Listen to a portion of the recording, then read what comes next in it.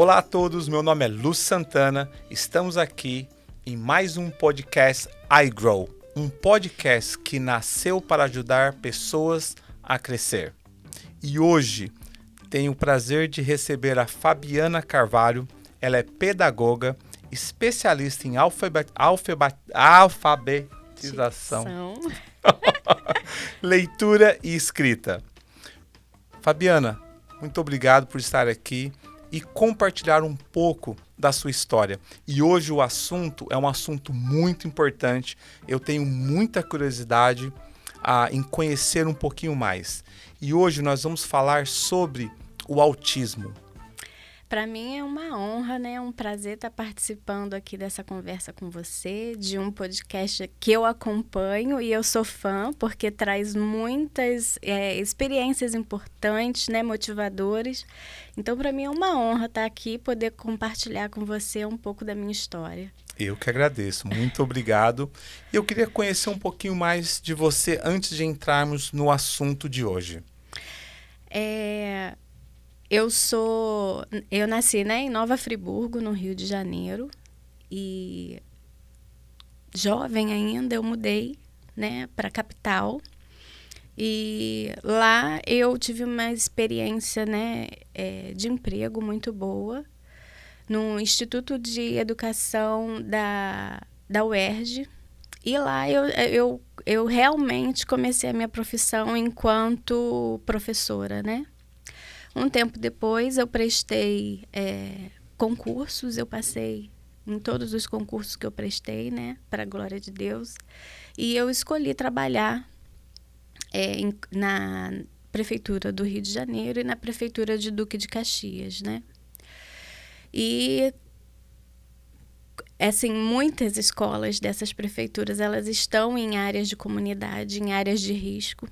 E a maioria delas, né, onde eu trabalhei nesses 10 anos que eu fui, né, funcionária pública. Antes disso, eu já trabalhava em escolas particulares, né? E aí, nesse tempo de escola pública, eu fui trabalhar justamente nessas áreas mais carentes, né? E mais era uma área necessitadas. de risco? Ou Eram sempre áreas de risco, né?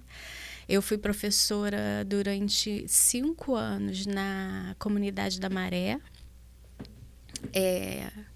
durante 1 ano na comunidade do Lixão, no centro de Duque de Caxias. Trabalhei no Jardim Gramacho, né, que é onde tinha, né, que já foi desativado, o maior lixão da América Latina, né? Então, assim, toda a minha experiência, né, era nessas áreas de risco. E quando eu engravidei, né, que a gravidez do Benjamin para a gente foi um milagre, porque nós não, né, tínhamos a possibilidade de engravidar por conta de uma adenomiose que foi diagnosticada um pouco antes, né, da descoberta da gravidez. Então a médica me disse que seria muito difícil eu consegui engravidar por vias naturais, que eu ia precisar passar por um processo de avaliação que seria bem dolorido, né? Mas Deus operou um milagre na nossa vida e 1 mês depois desse diagnóstico eu engravidei do Benjamin. E quando eu engravidei dele, eu fiquei pensando, porque muitas vezes eu ia trabalhar nessas áreas e eu não sabia se eu ia voltar para casa. Uau.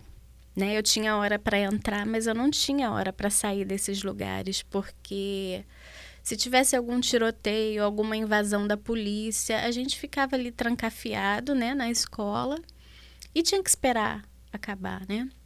E eu não tinha família na capital, então não tinha, né, a gente não tinha com quem deixar o Benjamin, né, ou alguém ir buscar na escola caso acontecesse alguma coisa. E aí eu acabei começando a pensar em fazer outras coisas, né? Mas jamais pensei que eu viria para cá. E como foi esse jamais pensei, né? Eu jamais pensei que eu estaria aqui hoje. E Primeiro, o que levou você a talvez ter essa vontade de estar aqui nos Estados Unidos hoje? Essa vontade foi mais do meu esposo do que minha, né? Eu sempre tive a oportunidade de estar aqui, mas eu nunca quis, né? Porque eu tenho uma tia que mora aqui há mais de 20 anos e ela sempre fazia, porque eu sempre fui muito estudiosa, né? Então ela sempre fazia o convite para que eu pudesse vir estudar aqui. Mas na época eu era assim muito ligada a questões. Eu achava que com a minha profissão eu poderia mudar o mundo lá, né? E aí eu falei, não vou para um país capitalista, né? Não vou. Vou ficar aqui no meu Brasil lutando por ele. E aí, quando o Benjamin nasceu, no ano que ele nasceu, o Rio de Janeiro estava em guerra. Para você ter Que ano foi esse? Foi 2016. Para você ter uma noção, o parto dele estava marcado para uma quarta-feira num determinado hospital que ficava no Rio Comprido, mas ele adiantou. Então, eu tive que ir para um outro lugar. Eu atravessei a Serra Grajaú-Jacarepaguá com tiroteio em trabalho de parto, porque ele resolveu se apressar, né? E chegando no consultório da minha médica, ela não conseguia um hospital para poder me internar, porque o hospital que estava marcado para ele nascer na quarta-feira, eles tinham cortado o telefone porque, né, nas redondezas estava havendo tiroteio e eles não queriam que ninguém se locomovesse até lá e corresse o risco de passar pela comunidade.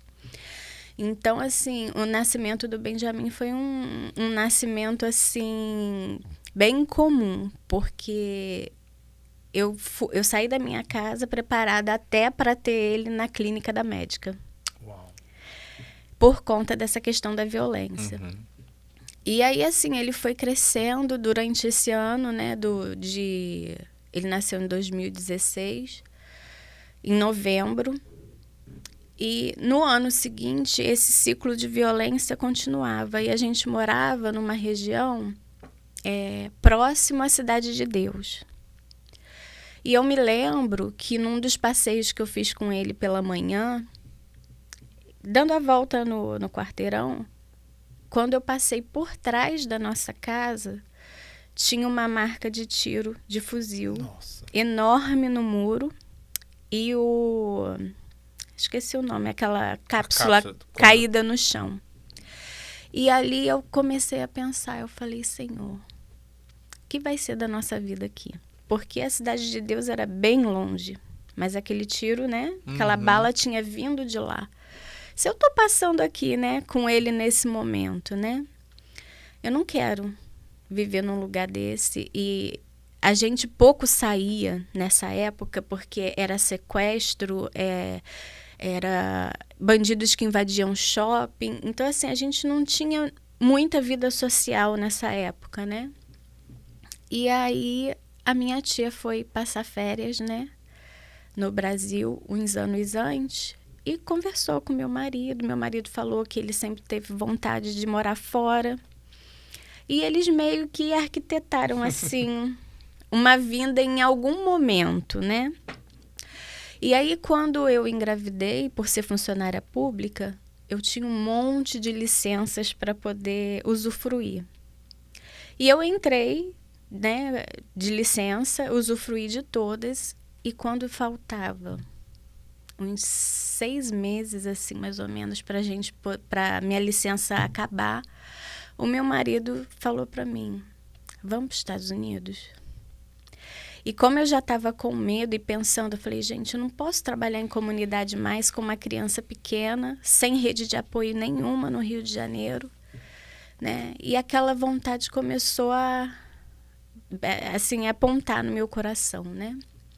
E aí nós começamos a orar, pedindo direcionamento de Deus, e o meu marido orou e estabeleceu na oração, né?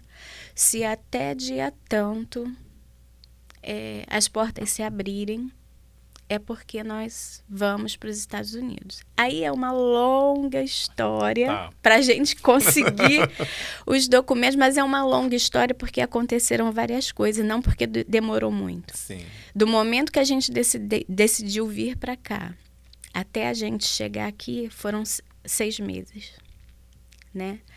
Então, assim, a gente organizou tudo e hoje, né, já vai fazer 5 anos que nós estamos aqui.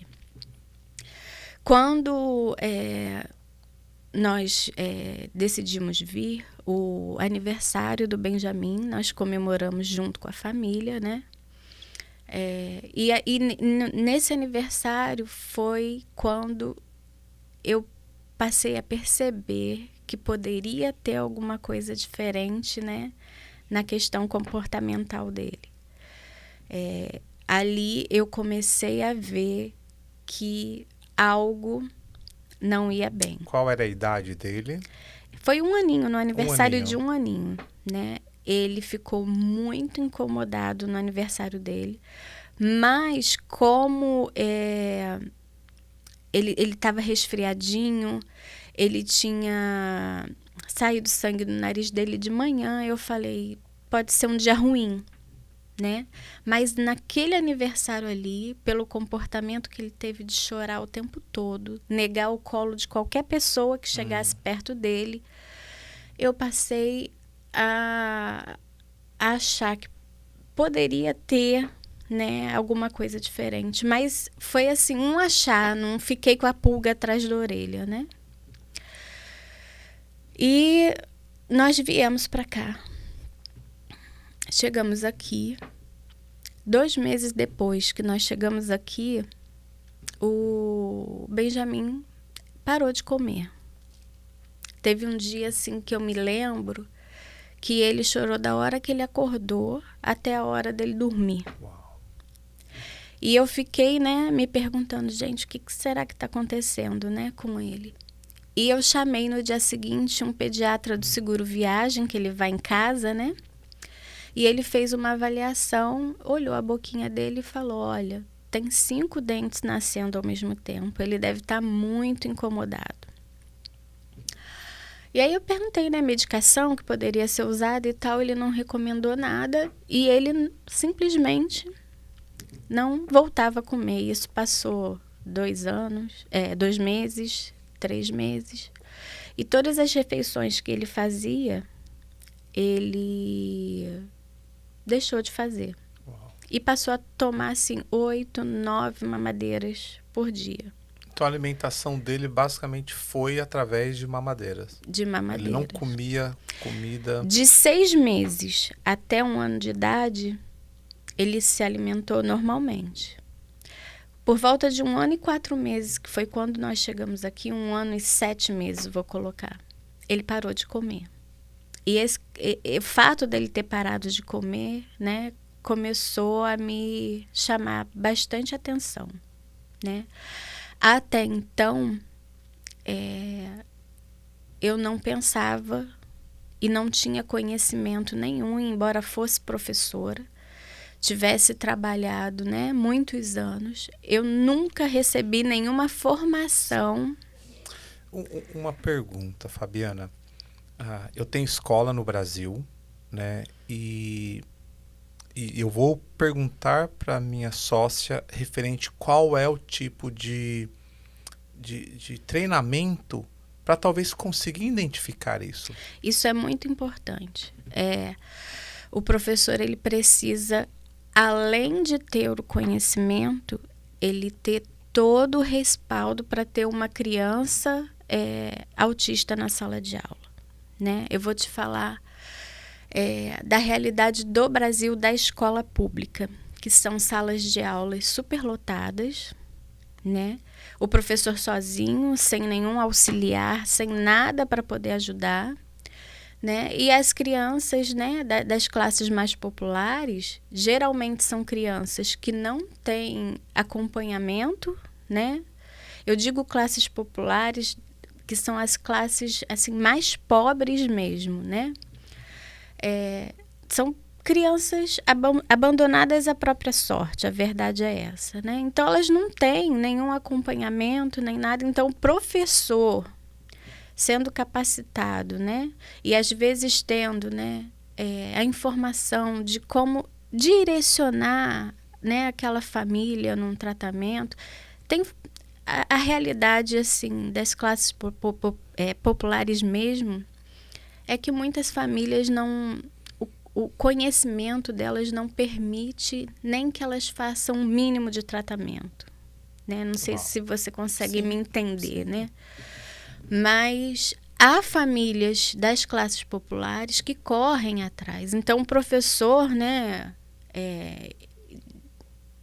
tanto de classes populares, mas de qualquer escola, tendo o conhecimento, né, do assunto, pode direcionar qual profissional procurar, porque o professor ele não pode dar o diagnóstico, né? O professor ele observa na sala de aula os comportamentos que chamam a atenção, mas o professor pode direcionar aquela família. E também eu imagino que tem a questão, como é que um professor chega para uma mãe, para um pai, e entra nesse assunto? Porque eu imagino que deve ter uma... Isso é muito difícil. Não só para o professor, mas qualquer pessoa que observa numa criança, né, algum comportamento diferente, vai chegar para o pai ou para a mãe para falar alguma coisa, isso é muito complicado. Né? Tem gente que perde até a amizade, né, por conta disso. Então, assim, a gente precisa entender, né, eu vou colocar assim, pelo que eu passei, né, os sentimentos que eu tive. No início, eu olhava para o meu filho, lá no fundo, eu sentia que tinha alguma coisa, né, diferente nele. Mas, por outro lado, eu também não queria acreditar naquela diferença. Ah, ele aí. Olha aqui o Benjamin, veio falar um oi, Benjamin. Fala um oi, olha naquela câmera e dá um oi, Benjamin. Pelo jeito, gosta de uma câmera, viu? Será por quê, né? Fala oi. Oi. Manda um oi pra todos. Então, assim, é muito difícil da gente aceitar no início. Por mais que a gente desconfie, se alguém chegar e falar assim, ah, mas ele nem parece que é autista, a gente se apega àquilo ali e fica aguardando até aparecer mais alguma coisa que vai tocar lá no fundo. Falei, nossa, mas não, acho que ele tem alguma coisa. Então, assim, é muito difícil para qualquer pessoa chegar com um pai ou mãe de autista e chegar a falar. Porém, tem que ser dito. Tem um projeto que hoje eu faço parte com a Nayara, né? E ela tem isso como uma paixão na vida dela de levar a educação, treinamento, não somente para professores, para mães. E eu acho que no coração dela, a extensão dela, o que ela imagina é até mais do que isso, para todos. Para que quando uma pessoa estiver do lado de uma criança que, né, tenha o autismo, ela possa saber se relacionar melhor. Porque a questão toda, Lúcio, é o padrão que a gente... O que foi incutido na nossa mente, que é o autismo. Né? O autismo, ele foi disseminado, né, como algo negativo. Né? E o autismo, ele não é algo negativo, não é uma característica negativa. Então, quando você tem essa possibilidade de ter um filho autista, você pensa só naquilo que é negativo.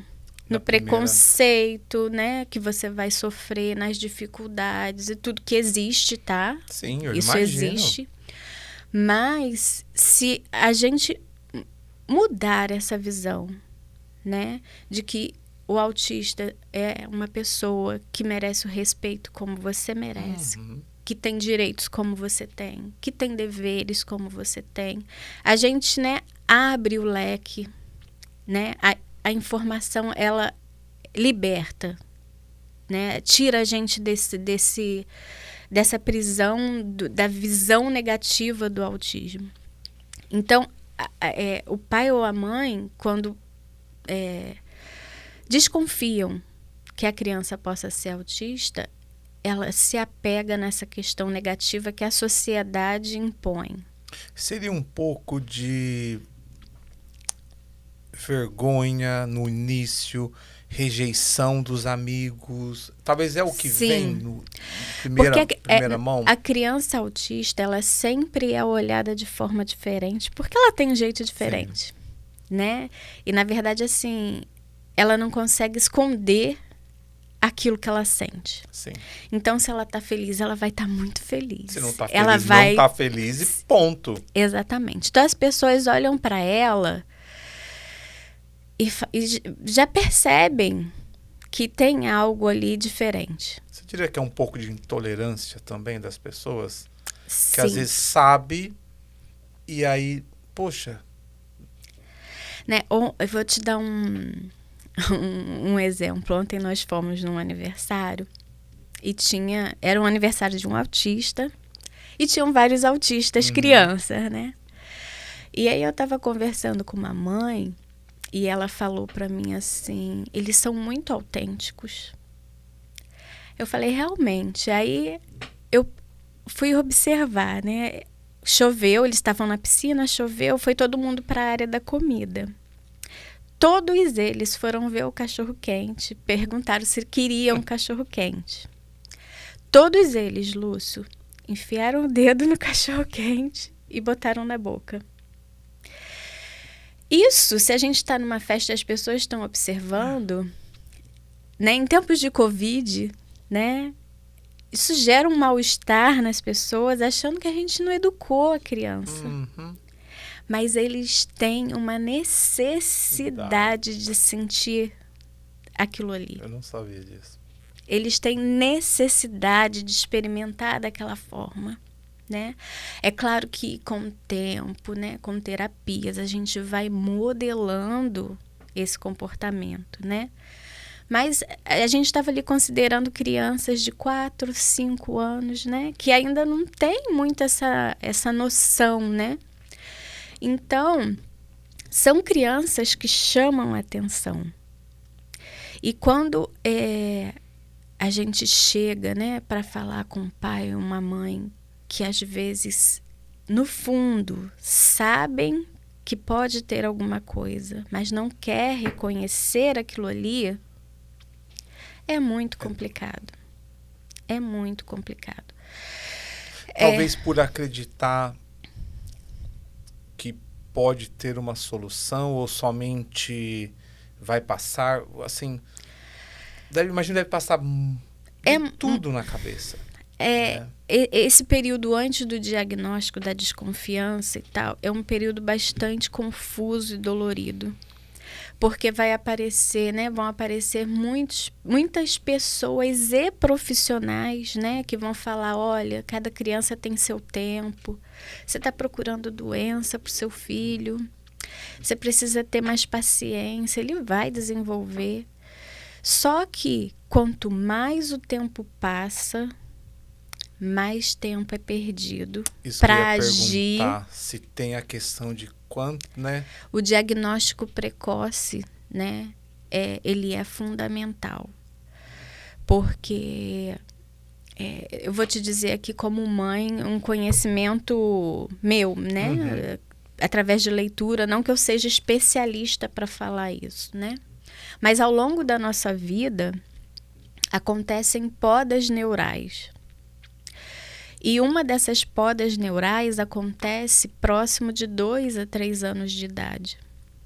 E é justamente nesse período aí da poda neural que algumas crianças têm regressões no desenvolvimento. Algumas crianças, né, e dentro delas crianças autistas, né? Quando há essa regressão aí no desenvolvimento, então assim, existe, né, a poda neural que acaba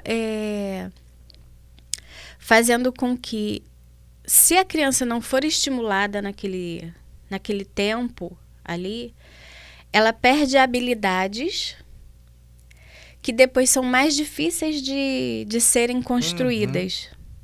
Então, o diagnóstico precoce, ele possibilita que a criança mostrando já aquelas dificuldades que ela está apresentando desde muito pequenininha, o diagnóstico através das terapias vai trabalhando para que aquelas dificuldades não se acentuem e venham... Existe um período que leva geralmente para os pais aceitarem? Tem uma estatística dizendo que entre 2, 3... Porque eu imagino que tem um período de espera, né? Que a pessoa fala, não, é muito novinho para poder, né, ter certeza. Existe um período ou não? Há médicos, né, que defendem que especialistas, né, se o médico for um especialista mesmo, né, no assunto, que é possível fazer o diagnóstico ainda bebê. Ainda bebê. Sabia. Eu lembro, porque eles falam muito, né, que a criança ela precisa ter aquele contato com a mãe. Então, quando está amamentando, crianças que não olham nos olhos da mãe, isso já é um fator de alerta, né? Eu lembro que quando eu amamentava o Benjamin, ele me olhava nos olhos, mas ele não mantinha o olhar. E ele fazia umas brincadeirinhas assim com a mão, sempre fez essa brincadeira, em que ele ficava olhando a mãozinha assim, e eu achava bonitinho, achando que ele estava brincando.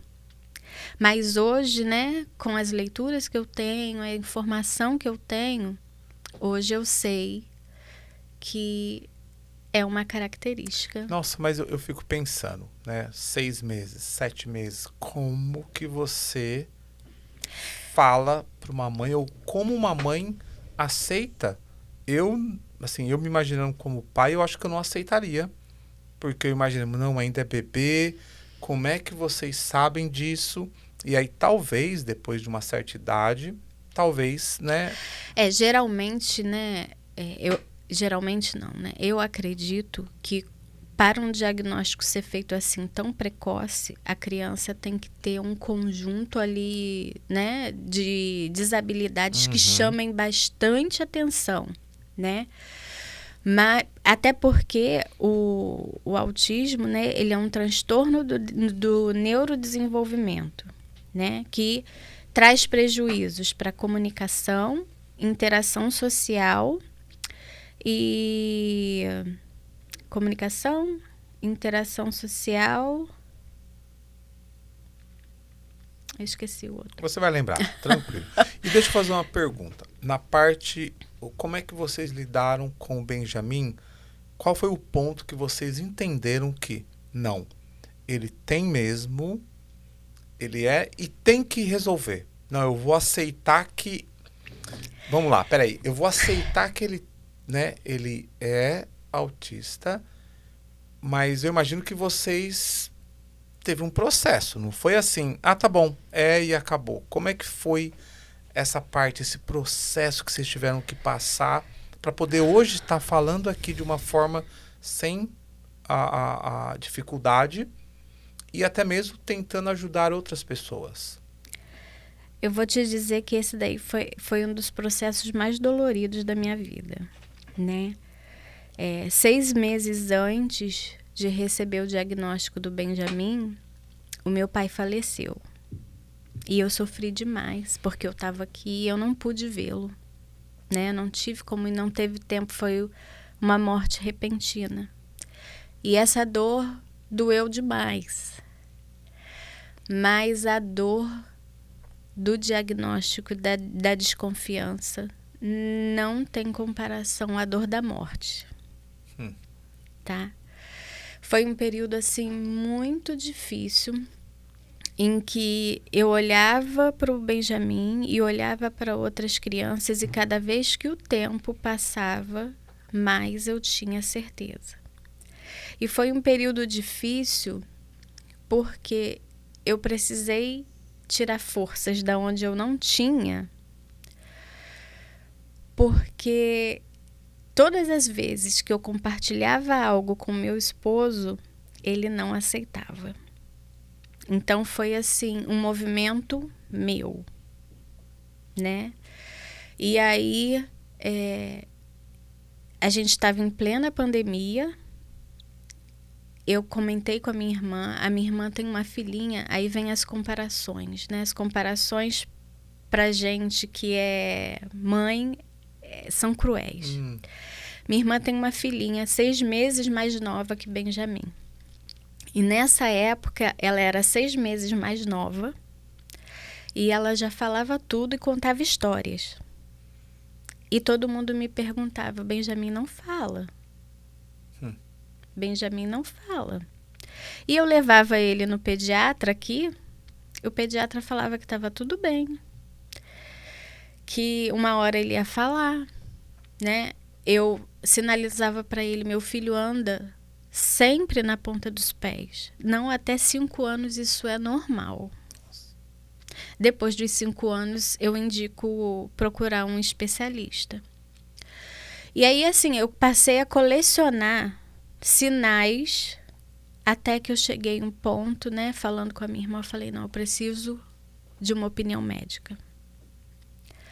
E aí eu fiz uma consulta online com uma neuropediatra no Brasil, que acompanhava a minha sobrinha, porque a minha sobrinha nasceu com cranioestenose, então de tempos em tempos ela precisa passar para fazer a avaliação.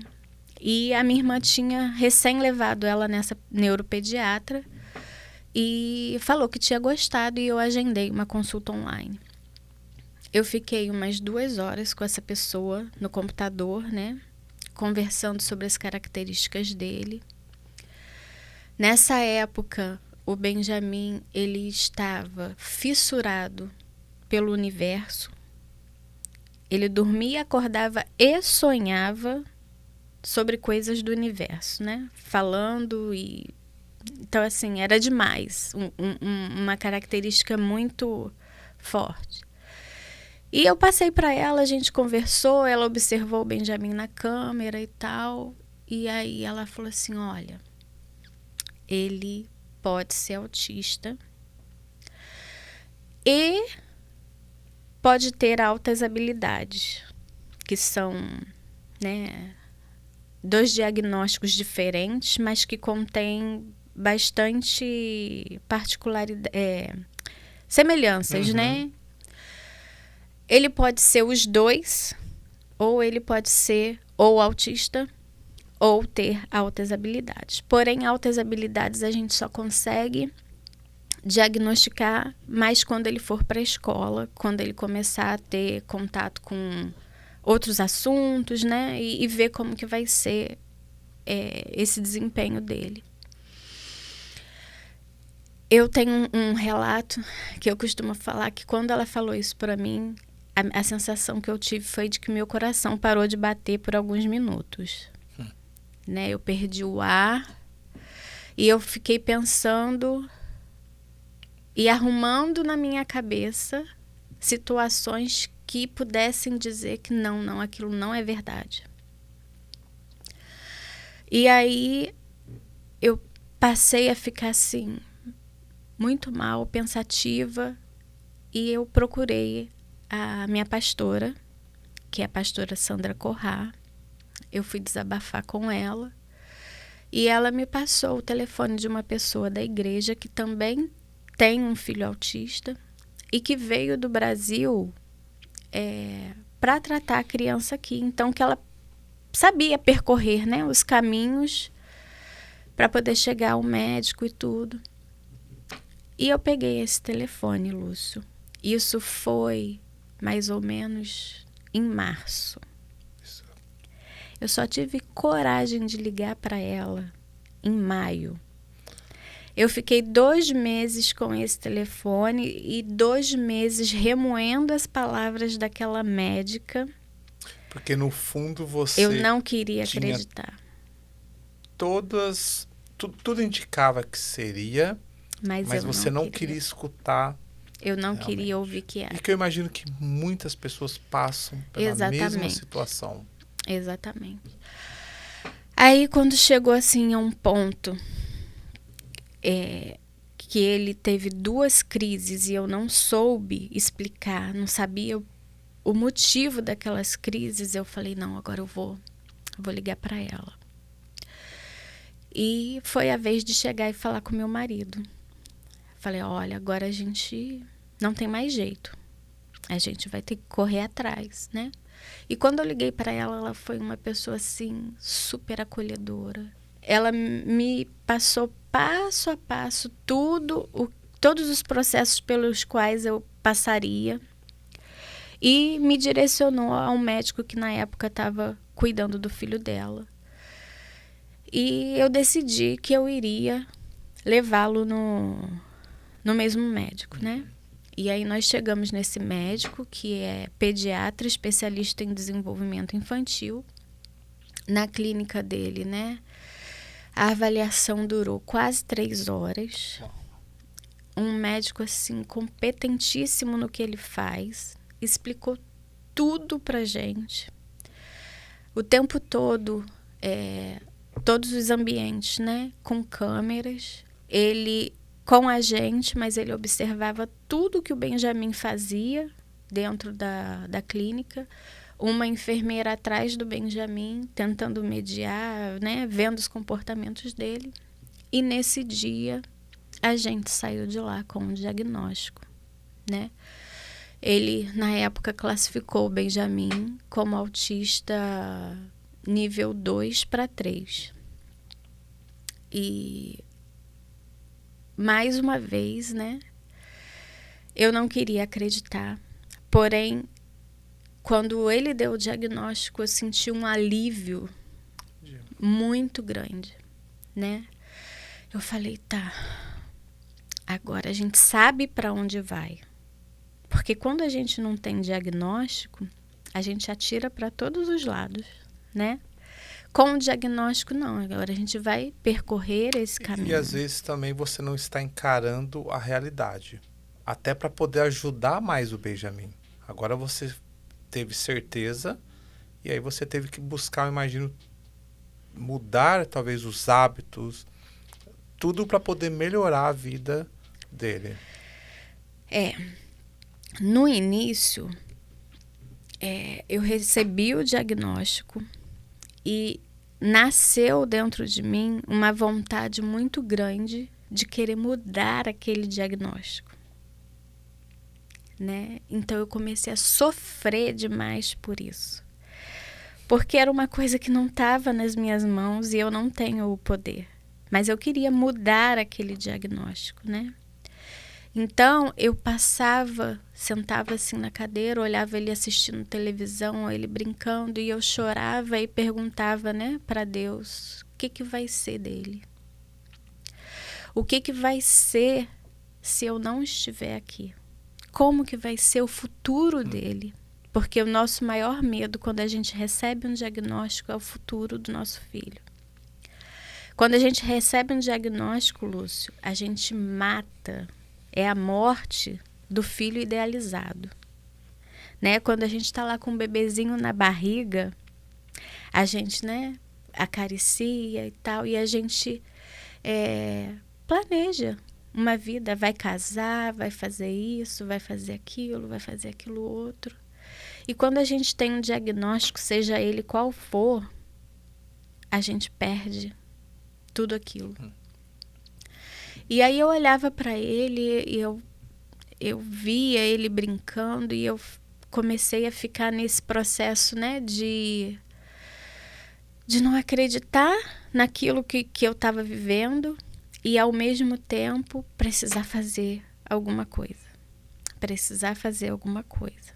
Então, eu vivi esse período em que eu chorava demais.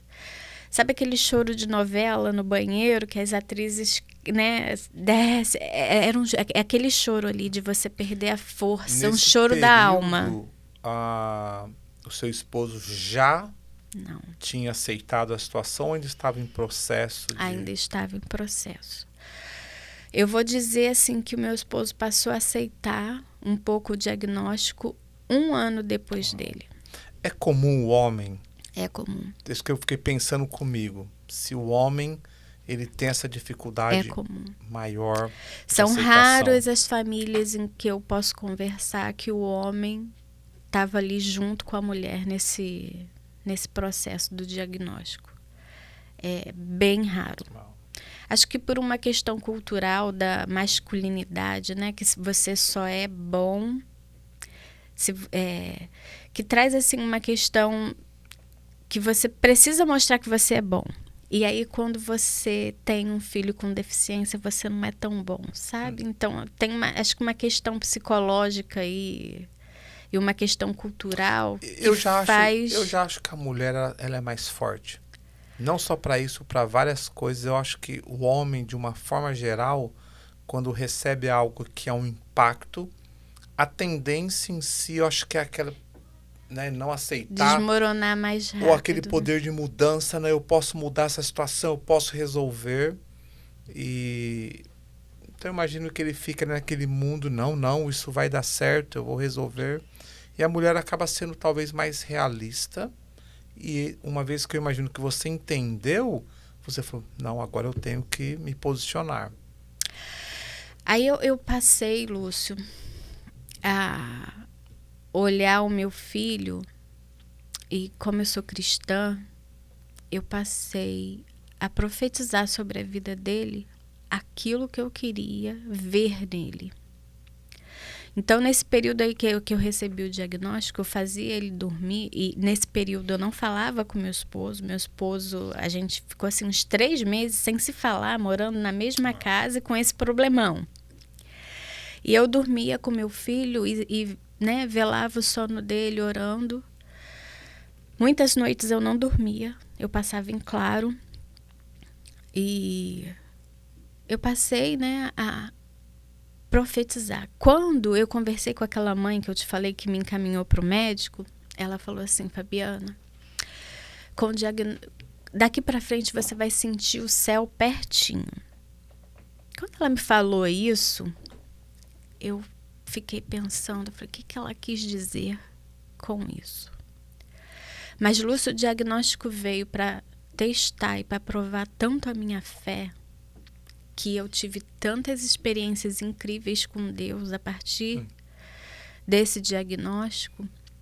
E essas noites que eu passava ali sem dormir, orando, né, vendo meu filho ali deitado naquela cama, eu falava com Deus, eu profetizava sobre a vida dele, e Deus começou a me mostrar o caminho que eu deveria percorrer.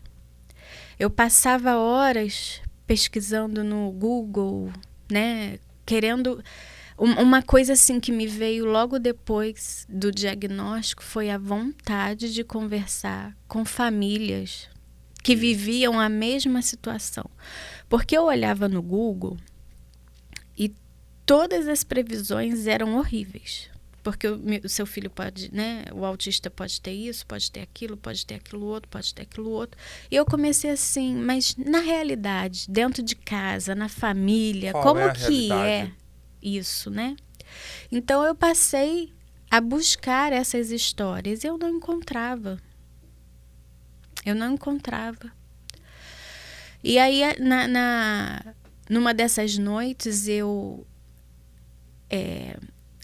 consegui entrar num grupo de WhatsApp de mães de autista. E quando eu entrei nesse grupo, a pessoa que administrava, ela mandava vários livros, e-books, atividades, tudo informativo, né, sobre o autismo, para dar um suporte, né, para quem estava recebendo o diagnóstico. E eu esbarrei, passando, né, pelo nome com um e-book de um pai de autista, que ele é bombeiro, mas estudou neuropedagogia para poder ajudar o filho, né? E ali, naquele e-book, eu senti como se Deus estivesse falando comigo, né? Que o nome do e-book, se eu não me engano, era Como Ajudar o Seu Filho a Se Desenvolver Sem Atirar para Todos os Lados. Porque nós tivemos o diagnóstico aqui, Lúcio, mas aqui a gente não tem seguro.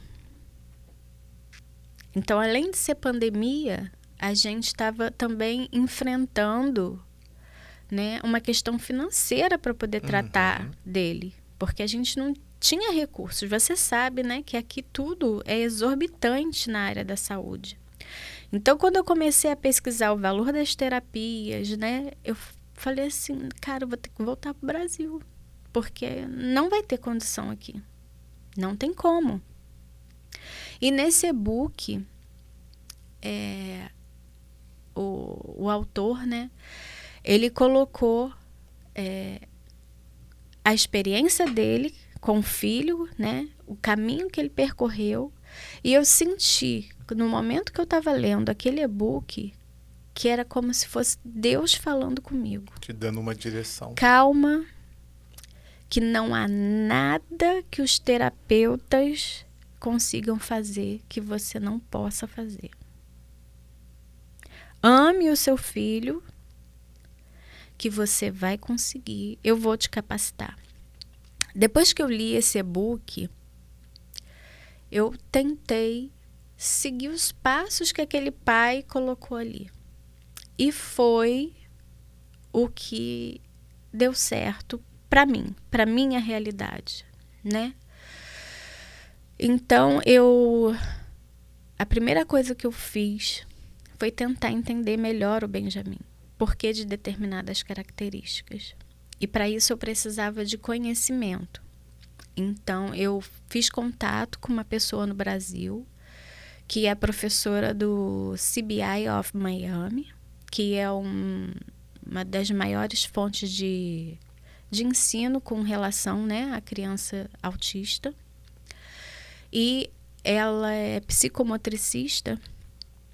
E a primeira coisa que ela fez foi me ajudar a traçar o perfil sensorial do Benjamin, para a gente ver, a partir daí, quais as atividades, quais as necessidades que o Benjamin precisava para ser estimulado.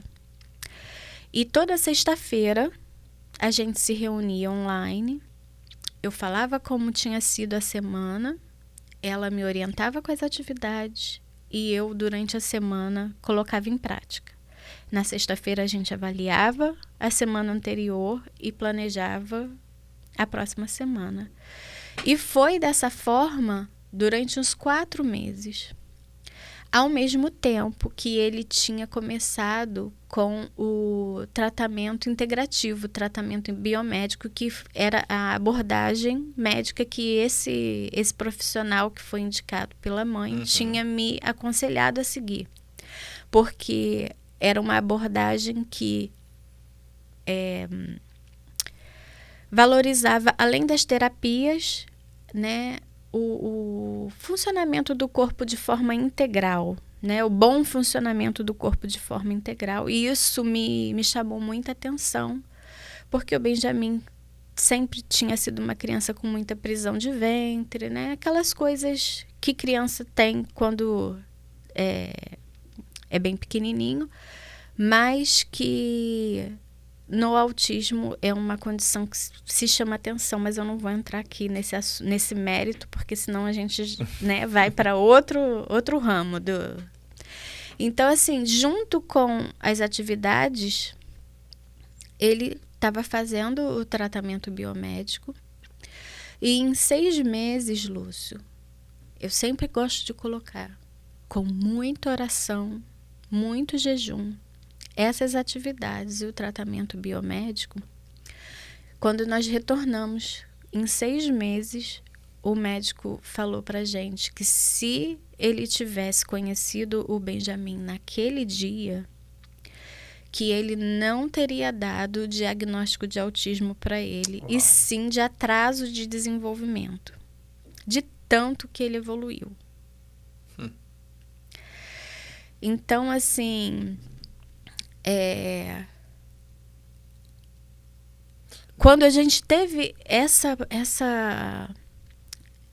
fala do médico, foi quando eu vi no meu esposo que eu poderia contar com ele. Não que ele tivesse aceitado o diagnóstico. Até então, eu fui sozinha. Mas ali, a partir dessa esperança, né, que o médico deu pra gente, foi que eu acho que foi assim um combustível a mais para o meu marido parar de pensar só no negativo, porque ele pensava só no autismo como sendo algo negativo. E foi nesse período também que, de muita busca, né, do Senhor para poder orientar, né, os meus caminhos, foi nessa época que eu tive um sonho. E nesse sonho, eu estava num grupo de mães, eu chorava demais e as mães choravam demais.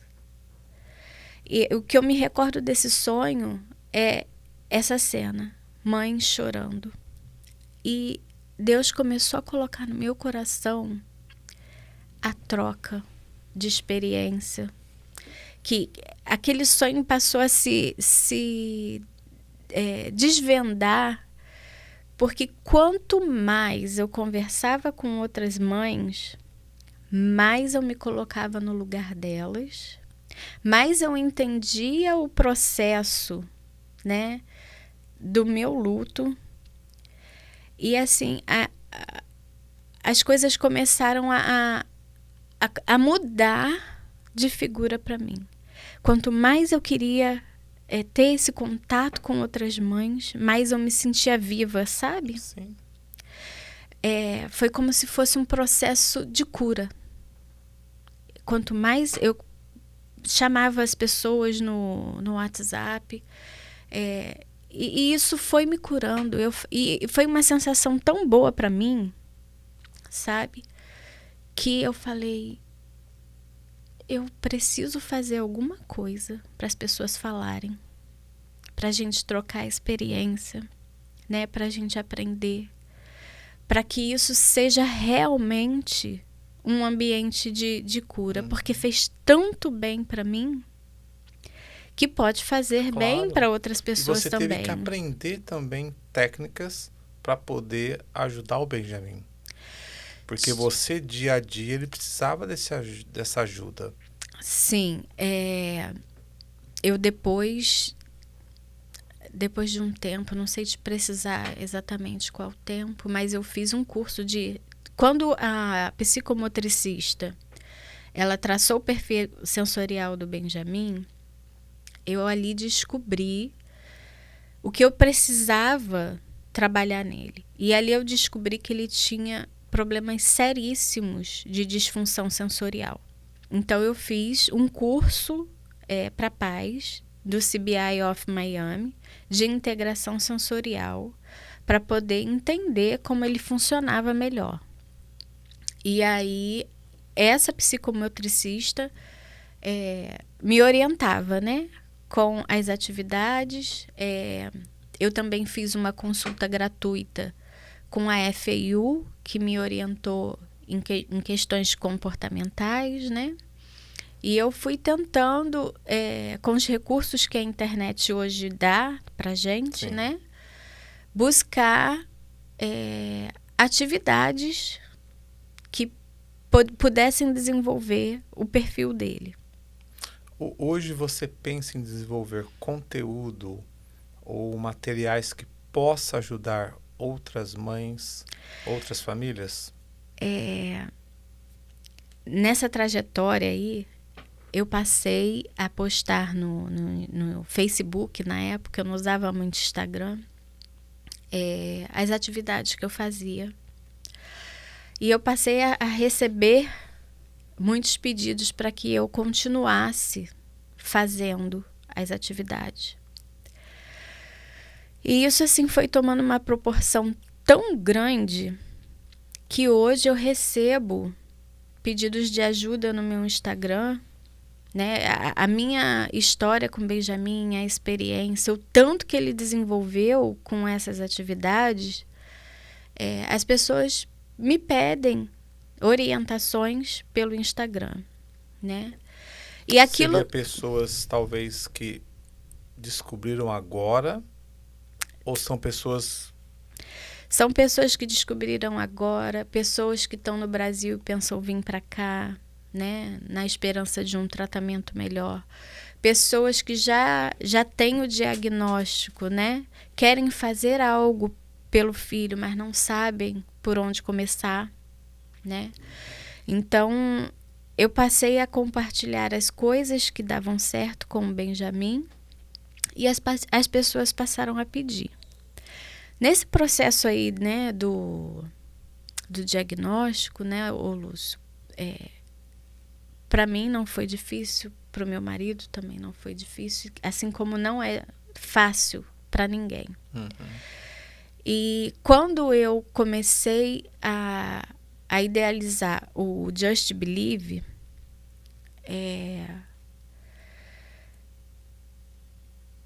eu comecei, né, a colocar nas redes sociais tudo aquilo que eu fazia com o Benjamin.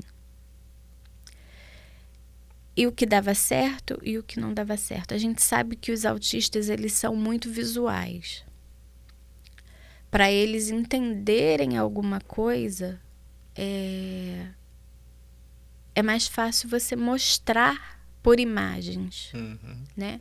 Então, você quer que uma criança seja mais independente para aceitar a escovação do dente, vamos dizer assim. Os maiores, né, para serem independentes, os menores para aceitarem a escovação. Então, se você tem lá, né, uma sequência visual daquele momento, há uma possibilidade de que você consiga ter um resultado melhor. E eu passei a elaborar materiais para o Benjamin de acordo com as dificuldades que ele apresentava e passei a mostrar isso. Quando foi no meu aniversário desse ano, 3 amigas me ligaram e falaram para que eu me deram a ideia para que eu fizesse e disponibilizasse para outras famílias, né? Era um desejo que eu sempre tive, porém eu não tinha condições financeiras de ter o maquinário e o material para poder começar. E elas fizeram uma vaquinha e me deram todo o material. Nesse momento, eu estava num processo assim bastante depressivo. Eu digo que o ano passado, para mim, foi um ano muito difícil. Eu tive muitos problemas. E quando elas vieram com essa proposta, eu falei, nossa, eu acho que isso vai dar certo, isso vai me resgatar. E aí elas me deram e eu comecei a fazer, né, algumas coisas para o Benjamin, comecei a mostrar no grupo de mães, comecei a mostrar no Instagram.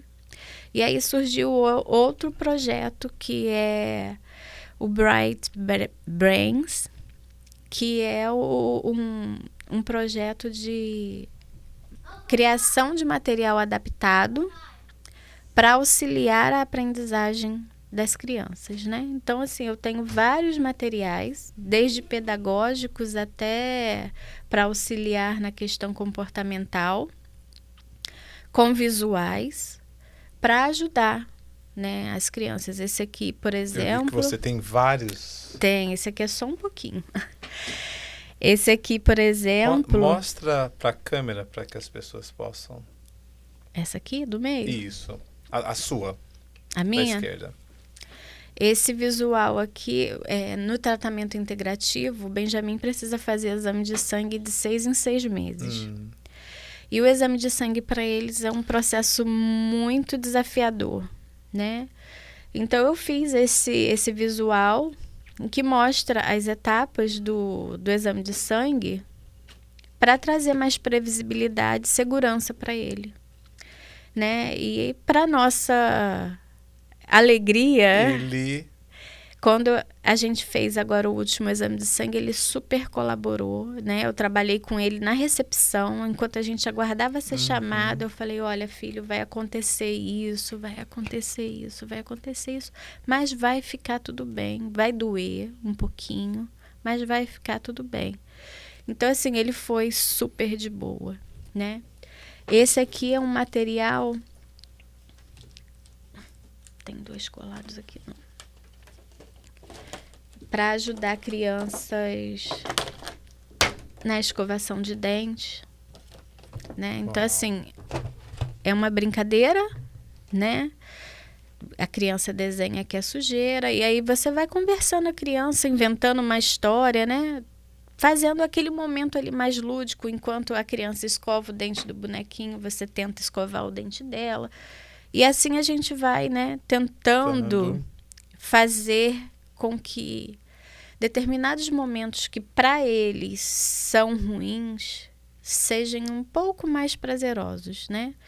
Porque não é que a criança, né, não goste de escovar o dente. Ela não sente a sensibilidade oral dela é tão grande que aquilo ali se torna um desconforto. Né? O Benjamin, ele tinha ânsia de vômito todas as vezes que ele escovava o dente, às vezes ele até chegava a vomitar. Só pelo simples fato da escova entrar na boca dele. Né? Então, assim, escovar dente é uma coisa que a gente precisa. Não tem escapatória, não é uma coisa que a gente tem opção de não fazer. Então, a gente e hoje ia ele tentando. já evoluiu nessa questão. Já evoluiu. Então, assim, eu tenho vários, né, tipos de materiais. Agora a gente vai voltar para a escola, né? A escola, o período de adaptação, que sai da rotina, né?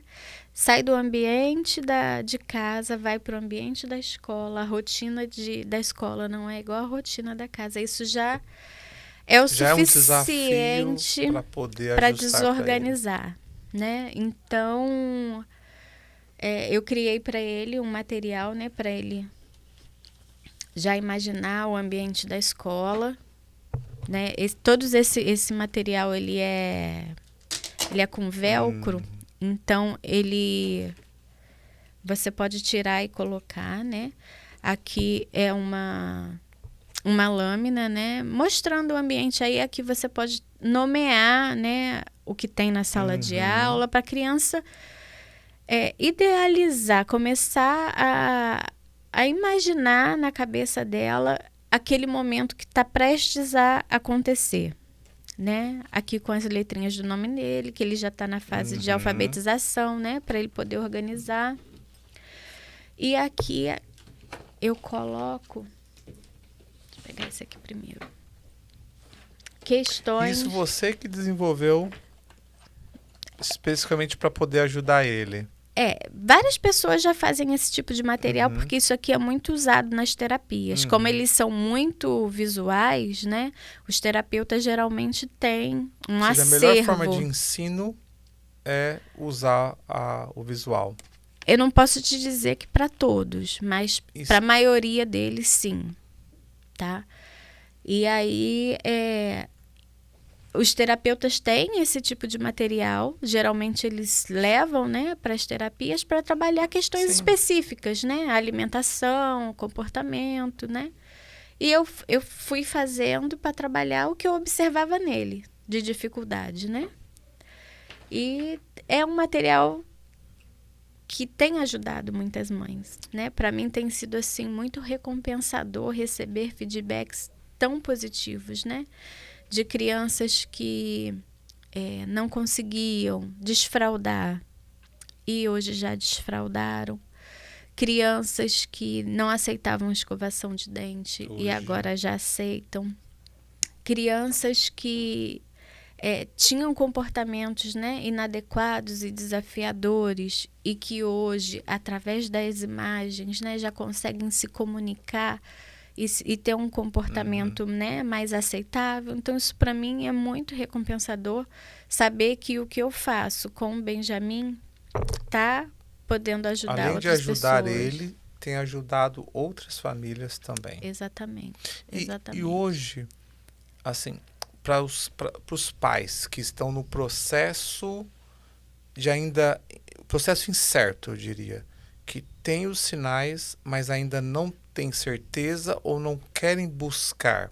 Até por questão, como você mencionou antes, existe aquela questão, eu não quero ter certeza, né, do que realmente é. O que você poderia dizer para eles? Para talvez de uma forma mais... De novo, acho que é duro para alguém chegar e falar, ó, faz isso.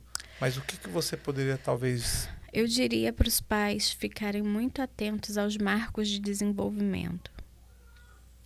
Se a criança não atingiu aquele marco de desenvolvimento naquela determinada faixa etária, que já procurem ajuda especializada a partir daquele momento. Não deixe que aquele atraso, né, de desenvolvimento se perdure e não se apegue com que o médico, né, a maioria dos médicos diz, né, que cada criança tem seu tempo. Teve o atraso, né, não, a criança não conseguiu alcançar determinada habilidade dentro daquele marco, dentro daquele período que era esperado para a idade dela, procurem um especialista. Não deixem passar o tempo.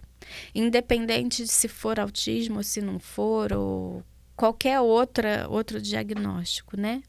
O diagnóstico precoce, ele é muito importante porque no futuro, né, esse diagnóstico precoce vai fazer a diferença. A estimulação precoce vai fazer a diferença.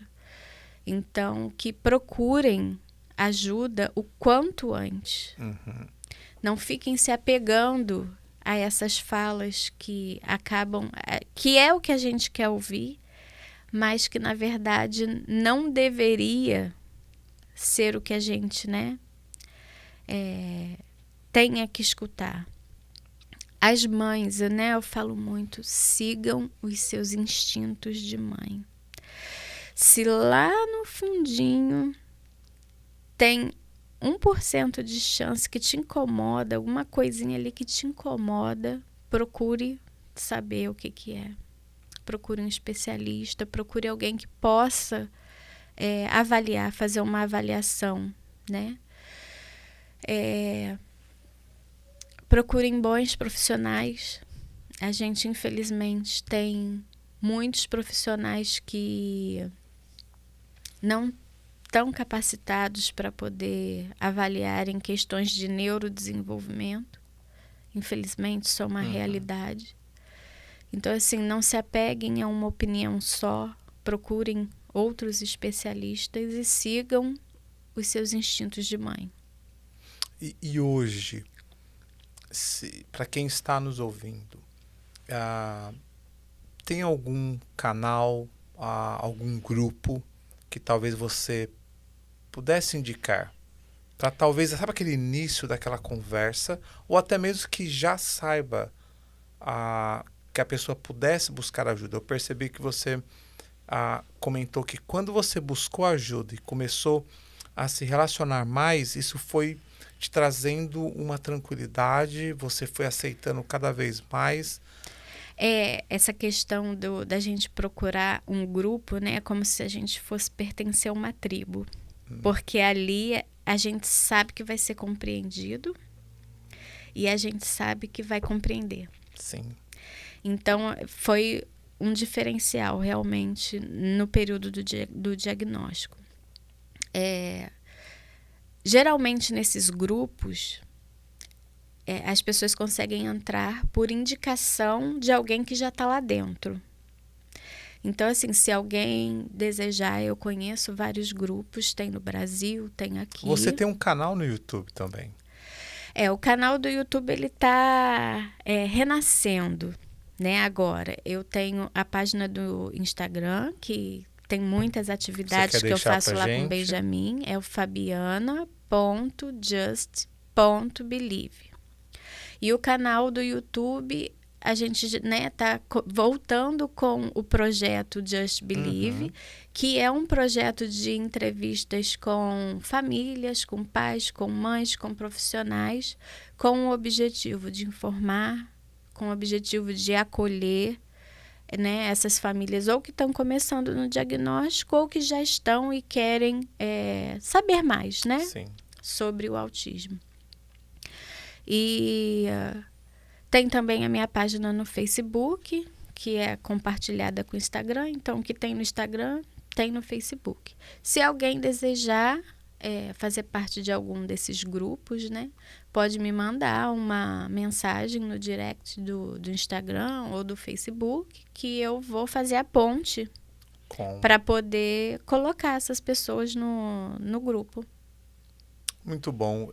Para mim foi bom conhecer um pouco mais, né? Como eu disse antes, eu comecei agora a entender um pouco mais como funciona, mas é legal poder ter esse conhecimento e eu tenho certeza que parte desse projeto é levar o máximo de informação para quem vive, né?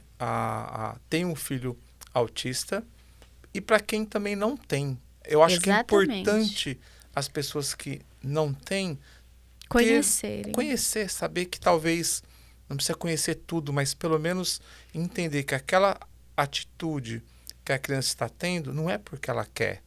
Exatamente. É natural dela. É natural dela. É natural dela, né?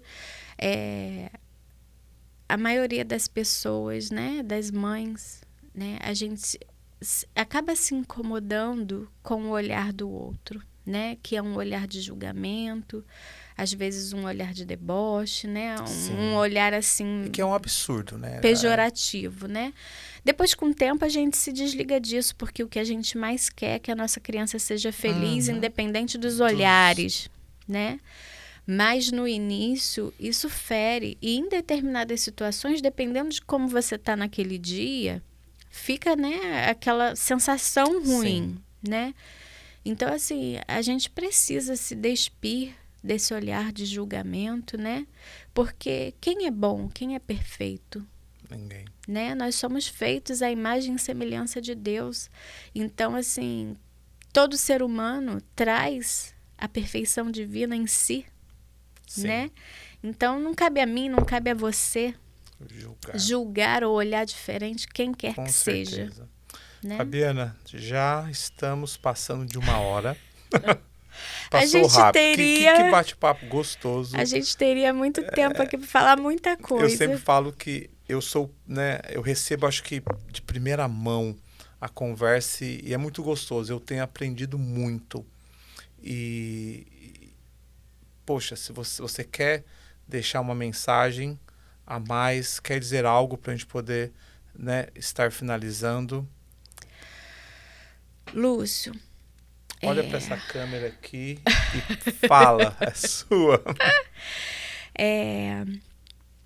As estatísticas mostram, né?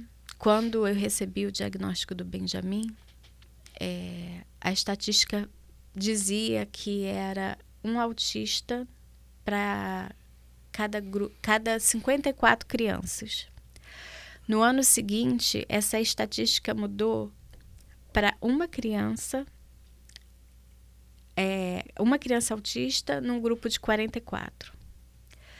E esse ano saiu a última estatística que mostra que é uma criança para o grupo de 30. Então, isso mostra que é urgente a gente conhecer, a gente aceitar.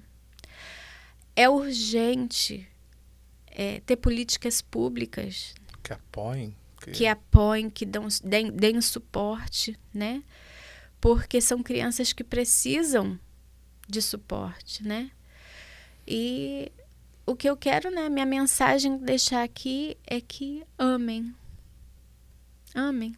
Se você tem uma criança autista, ame. Se você não tem, ame e respeite, né? É o mínimo que a gente pode fazer por elas. Elas precisam de muito mais, mas o amor é o mínimo que a gente pode fazer por eles, né? Então, ame, conheça, respeite e ame. Muito obrigado, Fabiana. Chegamos ao fim e para mim foi muito especial. Eu diria que o mais especial de todos os nossos podcasts. E eu queria pedir um pedido especial. Compartilhe. Eu acho que todos os podcasts que nós tivemos foram importantes, mas eu acho que esse tem um toque especial e E eu peço, compartilhe com todos, não somente quem tem um filho autista, mas com todos. Eu acho que trazer a consciência Exatamente. deste assunto não é somente para a família que tem, mas acho que para todos. Exatamente. Então, eu conto com vocês, compartilhem. Quer dar um tchauzinho? Vem. Olha quem apareceu aqui, o Benjamin. Tchau. Benjamin, fala para todo mundo compartilhar esse podcast, que foi o melhor podcast. Bem, fala assim, bem, olha pra mamãe. Quê? Curta, dá um like, compartilha. O quê? Curta, Fala, curta. dá um like e compartilha. Vai, Oi, curta, dá um like. dá um like, compartilha. Uau! Isso aí! Você já pode sentar aqui no meu lugar. Poxa vida. Obrigado, Fabiana. Nada, foi um prazer.